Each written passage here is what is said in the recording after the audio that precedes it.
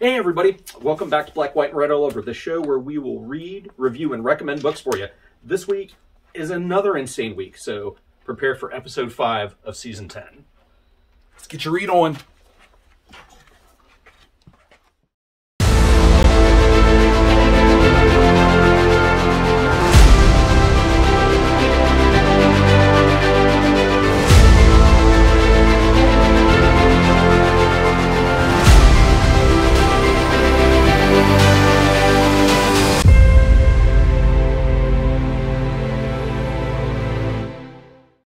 Hello and welcome to a brand new episode of Black, White, and Red All Over. I'm Victor Danders, the hardest working man in comics. Brian Seymour, king of Comic Town here in Columbus, Ohio. Bam! And we're back for a brand new episode this week where we're going to read, review, and recommend some amazing books. Yes. What's crazy is like, this is like, I missed last week, so I missed you guys. Thank you for holding down the fort. I was watching with eager eyes, like, what did you read? What did you read? I'm not going to lie. You had a schedule last week, I did like, have a schedule. It was a thing. There was so many different places in space. And this week I have a schedule. I'm literally leaving for MegaCon in just a couple of days. So hopefully I will see you there. And if so, you will see me rock some of the best like comic panels of all time. Dude, I get to hang out like literally Donnie Cates, Jeff Johns, Jeff Loeb, and Ed McGuinness, right? Like Josh Williamson, we're going to chat all things Superman. It's going to go down. But I think one of the ones I'm most excited for is getting some time with Jim Shooter and Bill Morrison. Those are iconic. That's what I'm saying. Foundational people that, like, the way we read comics and without question. Without question. But the tip top, no, literally the tip top, 25th anniversary of 300 with Frank Miller. I feel old. Like, legit. That's fair. Like, that's fair. Old. I mean, you're like, no, that wasn't 20. Oh, that was 25 years ago, wasn't it? Wasn't it? Yikes. Yikes. So yeah, that's going to be a big deal. Yeah. But I'm excited. So definitely some fun stuff. What you been up to? Well, we've actually begun, but Free Comic Book Day isn't that far off. It's not. It really isn't. Ooh, good call. So we've started the planning process for it. We've talked to some creators we'll have set up here. We're working on securing some tents and some stuff we're going to set up outside. Sweet. So it's going to be pretty cool. Nice, it's the highest, holiest day on the comic calendar. Please believe it. Please believe it. Of course, that's if you don't know what Free Comic Book Day is, you can definitely check out freecomicbookday.com. But short run is you get to go to comic shops and there's a select like what do you say, library of titles that are absolutely free. Yeah. Now, the shops that you go to may have like a cap on how many you can do, but if there are multiple shops in your town or city, hit them all up. Hit them all. Hit them all. Get as many as you can. Yeah. And then share, trade, like, absorb the flavor. Every shop has its own vibe. Hit them up. You will find it. Like, if you haven't found a store yet, use that day and you will find one that fits your personality. Yes, you will. Yes, you will. And just like Ryan's talking about, you might get to meet some local creators and get some local stuff. Maybe not free, but still support some cool creatives, you know, in your neighborhood, right in your backyard. Every single creator that we're going to talk about today, as amazing as they are, started out as a local creator at one point. Facts. So little facts. You never know. Boom. Speaking of, let's jump right into this. These are good reads that you should read. We've got one that's the same. Just the one. This week was diverse. There was a lot of stuff. I'm not gonna lie, like I'm kicking myself now because at first I was grabbing books. I was like, man, I grabbed too much Marvel. Now I realize I don't have a single Marvel book, and I don't know how I did that, but I did that. So hit me with Thor. Yeah, may as well. It's Marvel. So we got Thor number 32. Runback, Gideon, and Wilson are the top named creators on it. Okay. It is a really cool. It's a side story type thing. Okay. Where the previous stuff was very goal oriented. This one feels like it's gonna be like a 6-issue story arc kind of vibe, and it just has this really cool 1980s Thor vibe to it. The art style is reminiscent. It's like what's it?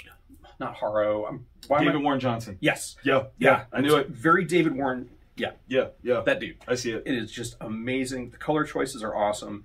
Dr. Doom has Hela. Whoa, wait. Yeah, just got her trapped. He doesn't want to be a god. He just wants immortality and the powers of a god. And he knows that he can force her into making it happen. Nothing can go wrong. Doom be Doomin, don't he? Like, the gall of that man. Like, who thinks to capture the Norse goddess of death and go, I don't want you to get me. I don't want you to get me. Okay? I'm going to hold you here until you agree that you're not going to come after me later. Bold. Yeah. Bold. Dr. Doom dooming it. You gotta love it. Okay, so I tackled Indigo Children number 1. This one has Kurt Pyers, Rockwell White, Alex Dialdo, D. Kanifi, and Hassan Atsame Alalu, all working on this one. That's when you get like amazing full color in this. okay, I had no idea what this was. Yes. Right? Totally in the blind, picked it up. I was like, this seems interesting. I thought this is something that had already come out. Like, I thought I heard you talk about it once or twice. I was wrong. This is issue 1. Okay. Superpower, but overtly like a political mystery. Oh, yeah, okay. like conspiracy sort of suspense thriller. Yeah. International, right? So we've got, person who has abilities and utilizes said abilities and puts things on a world stage that is huge, and there's all this like political intrigue behind it. This one's a thinker book, okay? Like, you got to think about it, you got to pay attention to what they're showing you, but really, really good. Nice. Really good. Nice. I definitely enjoy this one. It's a thick boy too. Like, this is a big size issue, and again, for only $4, you're not losing. Yeah. You are not losing at all. And this goes almost till the very end. Like, you are no ads, no frill, no nothing. This is nothing but great comics. So definitely pick that up. And if you like it, let your shop know, because we're having the final order cut off these books, basically letting our Diamond Comics know we want this many copies when the next issue comes out. We're having to do it so early. If you like it, let your shop know. Let them know as fast as possible so they can make sure to get you what you're looking for. Absolutely. Absolutely. All right. As an elder Gen Xer, as one who has played D&D since they were in single digits of age, back many, many moons ago, I had no choice but to review Dungeons & Dragons. Yeah. All right. Yeah. This is a Saturday morning style version of the old school animated series. Okay. So it's all of those characters from the series, and one of them wants to get out of the world, the others don't. So it's a little bit of a twist on that. Oh. And they end up getting sent from where they're at to Waterdeep for a whole nother series of adventures. That's amazing. Yeah. So it's, if you liked that television series, which I know you did. Of course you did. You're going to want to read this because it totally has that vibe to it. The art style is really kind of fantastic. Yeah. Like fantasy style. Just do it. Yeah. If you've ever thought about rolling a dice, do this. Now, the movie comes out this week. Yes. Right? So what a perfect lead into. That's genius. Good job, Boom. Yeah. Extremely well timed. Yeah. Yeah. Well done. Speaking of Boom Studios and their timing, Something is Killing the Children. This one, it's creeptastic. Okay, James Tynion the Fourth, Werther Deladera, Miguel Muerto. This is issue 30. Okay, so for 29 previous issues, babies have been getting killed. Okay, that's just what's happened. Yeah. But so in this one, we know Erica's on the outs because she's trying to save people, and at this point, she's done it in her own way to the point where the Order. House Slaughter is sending someone after her to keep the secret versus killing the monsters. And she's like, no, we got to kill the monsters. So I'm just going to show you that, so things are happening that are creeptastic, high on the nightmare fuel factor. And this is why we pick up this book, because it makes us appreciate that this is not our world, or at least we hope it's not our world. Like, like, okay, I don't know if you saw in previous issues, Erica took something from the person that was pursuing her, and the person realizes that Erica took it, and, hold on, let's see, where are you? Because it's a page where I was like, I don't like how that makes me feel. Because this story arc makes the... As a still image, it moves in my soul, and I don't like it. But it did it, and I read it, and it's really good. Yeah. It's really good. James, and every single artist you're working with. Yeah. What is wrong? You all need therapy. Every single last one of you. You need, not only do you need therapy, deep, rooted therapy, hugs. Something. Home cooked meal. Thorazine. Definitely. What does that do? Oh, I got some in the back. Okay, never mind. So, moving on to our next book. Dawn of DC, Superman Action Comics. This is 1053. Philip Kennedy Johnson, Raphael Sandoval, Herms. Okay. This is good Superman. It's ridiculous. Yeah. It's ridiculous. Like, you didn't know that you were missing something until you get it, and then you go, I was missing this. Yeah. This was a thing that I wanted, and I hadn't gotten this. Okay, so in terms of characters, we're talking Steel. We've got Metallo. Metallo's been a feature so far in this, but we're really seeing the totality of how bad this could be. Yeah. And Metallo is Metalloing. And worse than he's ever Metallo before, Yeah, honestly. Yeah, and I don't think he's doing it in a balanced way. Like there's something different about Metallo's thought process right now. And it's impure. It's not cool. I appreciate the Superman family and their presence in this. There's so many things that they're addressing very well, and it's balancing the whole team. This scares me though, because I'm like, no, right? Please don't. But John Kent has had the benefits of growing up around Kal-El. Yeah, he's got the lessons. He has learned, and even when he lived apart from his family, he took that with him, and he had that foundation, which is one of the things that makes his character so compelling to me. Is he really, you are seeing a chip off the old block, right? But not in a carbon copy sense. Those characters, they didn't have that luxury. No, they got that war world in them, and they're not doing anything wrong, right? Based on what they their know, background, right? So you can't fault them, but at the same time, how do you acclimate them to the way we do things on Earth? It's very tough. It's very tough. This series is taking it back to the old school Action Comics format, which is anthology based. So there are 2 more stories within this one. I don't know which one I like better. I don't even try to pick. No, the Power Girl one is great. That I might lean towards that one. Really, the art style is so dreamlike, and especially for what's happening in it, and seeing her find herself in this new age DC. I can totally see that. Very cool. Very cool. See, I'm not gonna lie. I'm an old school homer though. Yeah. Like Dan Jurgens, Lee Weeks. You tickle my fancy, guys. You tickle my fancy. So I get super excited about that. These are solid, man. Yes. I think we got my end $13. Same. Okay, so if you got an extra 13, add these to your collection, man. This is good stuff to go home with. Really good stuff. Yes, and that's what we want. All right, so we'll be back in just a second. When we do, the must reads, ladies and gentlemen. Ladies and gentlemen, the best comics ever.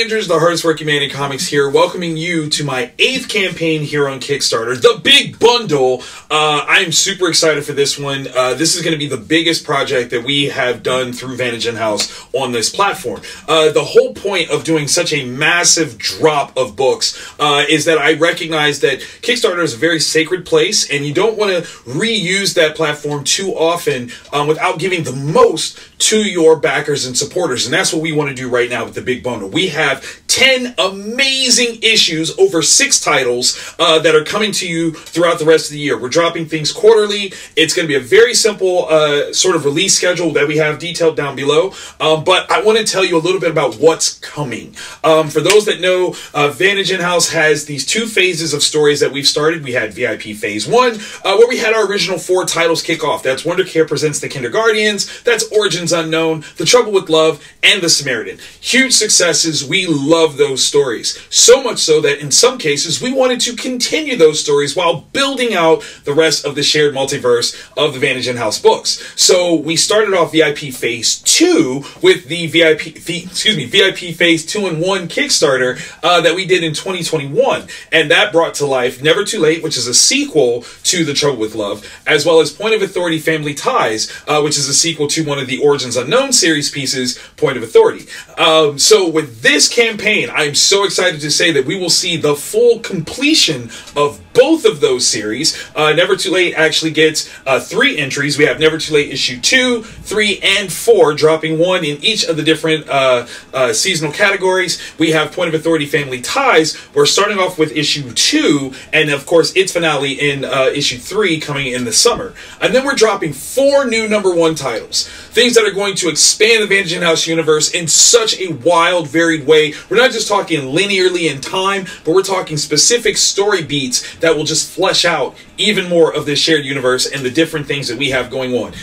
And the part that I'm most excited for, the thing that is just really just getting me quaking in my boots here, is that this is all leading up to the road to No Win. What is No Win? Well, No Win is a project that I've been thinking about, dreaming about, building for years. And it's going to basically pit 2 of our pivotal characters against one another. We're going to have Apex Prime and Smith clash, and this is going to be the road that gets us there. So obviously we want you guys as excited as possible about these wonderful, amazing books that we've got coming up, because we're taking you to some big places, and we can't wait for you to read it all, love it all, and enjoy it, because we know that you will. I'm going to stop talking. You guys scroll through, check out all the cool things, and thank you so very much for checking out this campaign. Thank you so much for supporting all things Vantage InHouse, and of course, for supporting me, the hardest working man in comics, Victor Dandridge. I will see you guys next time. Bye!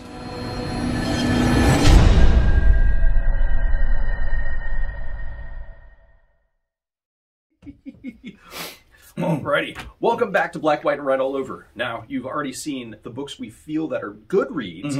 Here are the books that we say are must reads. Yes. So you have to go home with these without question. We have 2 that are the same, 1 is different. Yes. Let's start with the differences first and jump right into. No, I need yours. Oh. No way. Okay. No way. Come on. Once again, I'm an elder Gen Xer. So how can I say no to Wesley Snipes, the character Roach, who gets his nickname from the way that he just never dies. Wow. Like, he's in bad situations. Everybody else around him dies, but he survives. That's amazing. All right, so let me read off the creative teams. Yeah. This is from Whatnot Publishing. All right. Stories: Wesley Snipes, Adam Lawson, and Keith Aram. Script and letter: Adam Lawson. Art: Gabriel Esquivel Santos. Colors: Valentina Bianchi. And editor: Mike Calero. Nice. So this takes place in kind of like, my elevator pitch for it would be kind of like a Tango and Cash meets Blade Runner. Oh. It is a dark future, and in this dark future, it's high tech but low ethics, low morality. It's a dark world in which he lives in. Okay. And Roach, who, if you don't hear Wesley Snipes' voice in your head as you're reading it, you're not reading the book right, and you need to stop. That. Okay. He's had a partner die. He's trying to figure out. Nobody will help him. Nobody takes it seriously. Okay. But he's like, I'm going to find out how my partner died, who killed him. And he gets caught up in a web of intrigue involving a secret alien species, a use of the planet that has never been made public. Okay. And it's just him beating the crap out of people. Wait. This sounds amazing. Am I missing out by not reading this? Kind of, yeah. Okay. Yeah. All no, right. it's one that it initially was pushed by various sources as like, this, pick it up, this is a Wesley Snipes book. Yeah. And that was like the main feature, not marketing it on the quality of it necessarily, which is like a subtle difference. Yeah, that's a huge difference, really. Yeah. Like, you get all the time where celebs want to, take part in comics because maybe they love it, or comics are just that awesome. But it's one thing when you go, and it's good. Like, that's the key. And this one is. This one totally maintains after the first issue. Yeah. This is the second issue. Yeah, no, I really dug it. That's awesome. And it's also one that, as I said earlier in the show about final order cutoffs, shops have already FOC'd issue 3. So please contact your shop if you like it and let them know. And they're doing a movie homage variant every issue. So if you want that, also let them know, because there's a bunch of covers to choose from. See, now I want a comic series where it's different characters that Wesley Snipes has played, and like certain ones are after each other. So like, was it Simon Phoenix is the bad guy, but then like Blade and whatever his name was in Passenger 57 have to partner up to go after Simon Phoenix. But the first person that they go after is Simon Phoenix's love interest, who is Noxeema Jackson. Yeah. Like, come on. Like, let's make that happen. We finally have the technology for it. Come on. We could call it Snipes. All right. So on that note, I'm a writer, I swear. Okay, so I took on Dark Knights of Steel, 10 of 12. This book, man, I swear. Yeah. Read the person's name. Who is writing this book? Tom Taylor. There you go. Tom Taylor. That's the entire review. That's all you need to know. Tom Taylor. He's Tom Tayloring. Yeah. Yasmin, obviously back on art. Prianto on colors. Okay.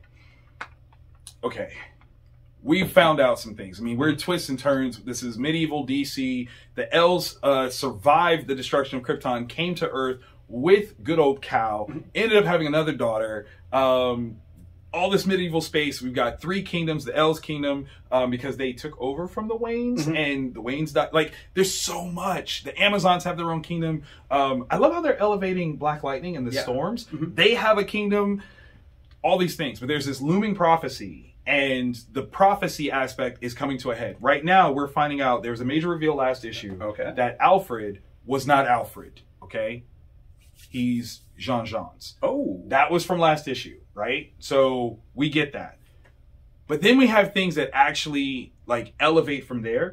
There was a character that's kind of been causing some trouble, the Green Man. Yeah. Right? Or sort of the Green Man. It's kind of a combination of Joker, Lex Luthor with a Green Lantern ring. Right? No. So I just want to show you just a thing.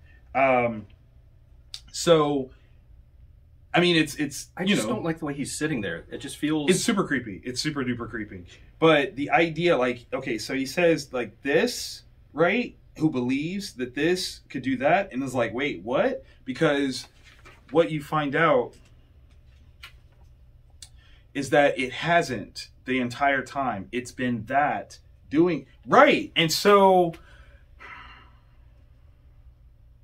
No. Yeah. So, listen, Tom Taylor, I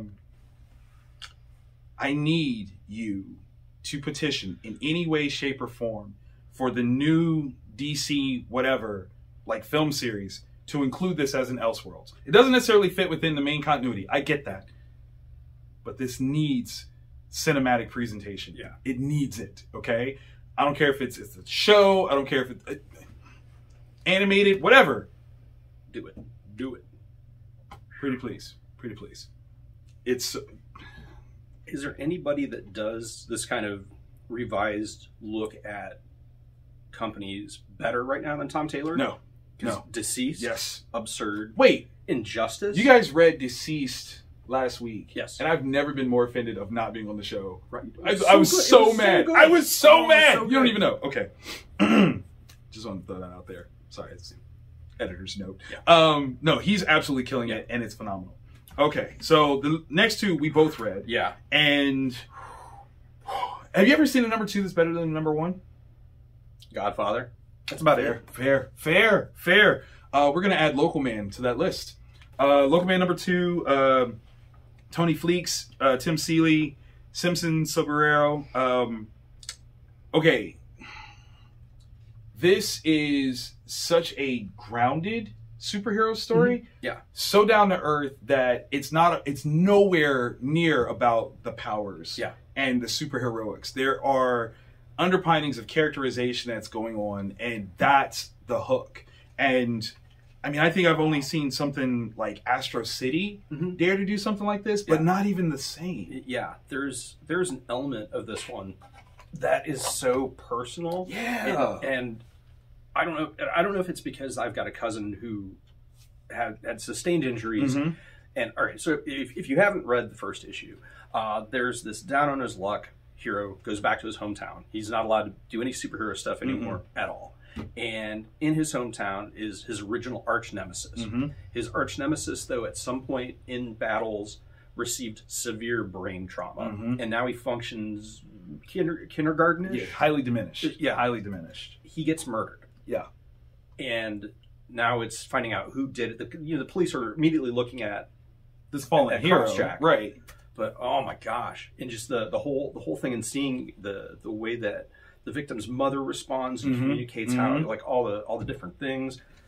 Oh my God, it's so, you're absolutely right. It is Astro City in a sense where you've got these down to earth characters, but it is so much more. There's a reality to them, and that I felt like this might have been inspired by the recent Jack Reacher show, because it kind of has that vibe to it where you just kind of are happening upon this town, and there's some things that are going on, and this guy is suddenly now embroiled in the midst of it, and really, really good. So, high marks. If that's not like pitch this as a show, I would watch it immediately. Yeah, this is something that FX or AMC would snatch up. Oh my God, FX would be tremendous for this. Do that. Yeah, it's so good. It's like good guy who's gone off the rails, and he's just trying to get his feet back underneath himself, and then all the things, rough.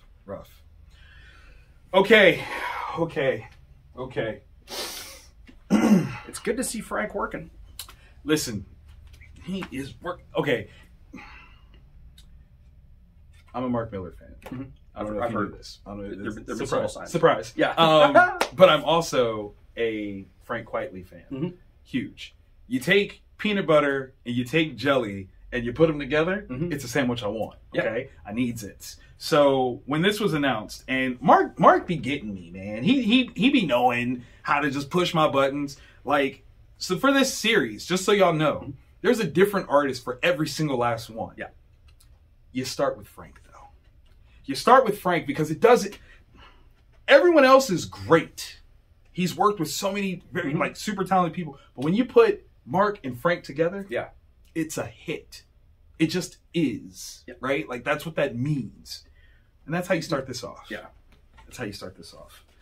Ambassadors, number one. It's such a... All right. One of the things I love about it is the person making... All right. It's in a world where superpowered beings don't exist. Right. But someone finds a way to make one exist. Yes. And now they want more superheroes. But they want superheroes. Right. And they want the most altruistic, kind, caring people. That's not going to work, though. No. They're aiming to truly democratize saving the world. And, what's crazy is when you think about the way governments work, there's no way that they would want that. They might say they want it. Yeah. But no way. It doesn't matter what side of the political spectrum you're on. No, you don't really want that. Yeah. So, the idea that choice has been taken from them, incredible. Yeah. This is highbrow, but at the same time, okay, the Netflix renaissance of Mark's books have been so much fun. Yeah. But this is like a return to something. And I almost can't even call what it's a return to. It's not like he fell off. That'd be ridiculous. Yeah. But this is you know what? This is him getting even better. That's what I'm calling this. Yeah, no. It's him getting even better from what we've come to know and expect. The ideas are bigger. The exploration behind how this works is bigger. And for a guy that basically coined the cinematic storytelling, how do you get bigger? Like this. Yeah. Like this. Because when you've already explored territory, you can either keep rehashing stuff or you can say, what's different about this? What's another way to look at it? How can I dissect it and get in there and change some stuff around? Absolutely. So Alan Moore did that with Watchmen. Yes. This is kind of I don't know, authority or kind of a pre-authority. Yeah. Because it's a world getting ready to wake up, and oh my gosh, it's daring to create the authority without the cynicism that was so prime at the turn of the century. Yeah. So absolutely amazing. Yeah. We need hope right now. Yes. Yes. You see a ton of crap. This is that hopeful. We're gonna build our Justice League, and it's gonna be people that will take care of and love us. Absolutely. This is so much fun. The thing that I love the most about this is that this is just setting the stage. Yes, we see some superpowers. I don't want to say heroics just yet. We see some superpowers in action. But making pigs in blankets backwards. This is so much more about building this world and kind of saying this is what you're going to experience and expect. So good stuff. God, it takes it to the end. It's got an alcoholic monkey who loves Simple Minds. What more? And Dare says you have to love the right albums. Okay. I do have one complaint. I have one complaint. Now, through the original Nemesis series, we saw Mark do some horrid things. Yes. And Wanted, we saw Mark do some horrid things to characters within. Mark, I need to understand who hurt you to come up with that. Yeah, because as you're reading this book, and we're definitely I'm getting like you're creating Superman vibe. Yeah. And I really love it. But if you're reading it, you're like, man, coming off of Nemesis Reloaded, right? Nightclub, you're like, where's the dirt? Where's the raw? Where's the like? Oh, why would someone do that? Last 3 pages. Yeah. And like literally, like the first little attack, right? You're like, oh, that sucks. And then Mark. Could have just stopped. You could have stopped. I think they were good, but no. Just keep going. No, I can't even imagine the fun that was had conversing of what this was going. Yeah. I see what you did there. That was really good. One of the other things that I want to shout out, though, I don't know if you caught this.